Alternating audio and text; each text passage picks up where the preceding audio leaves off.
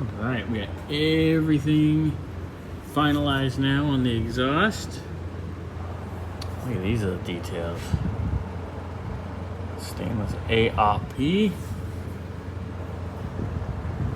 ARP. Pretty stainless ARP. Anyway, everything has been welded up. Rudy came over and tigged it.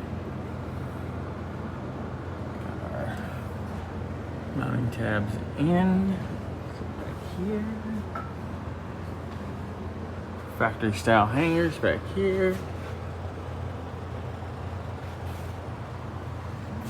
Even tacked in our braces for the rear bar. And all our mounts are done. Da da da. Da da da. System done. Styling. And they're sitting at the right height. Don't quite know what we're gonna do for tips yet. But exhaust work. Check.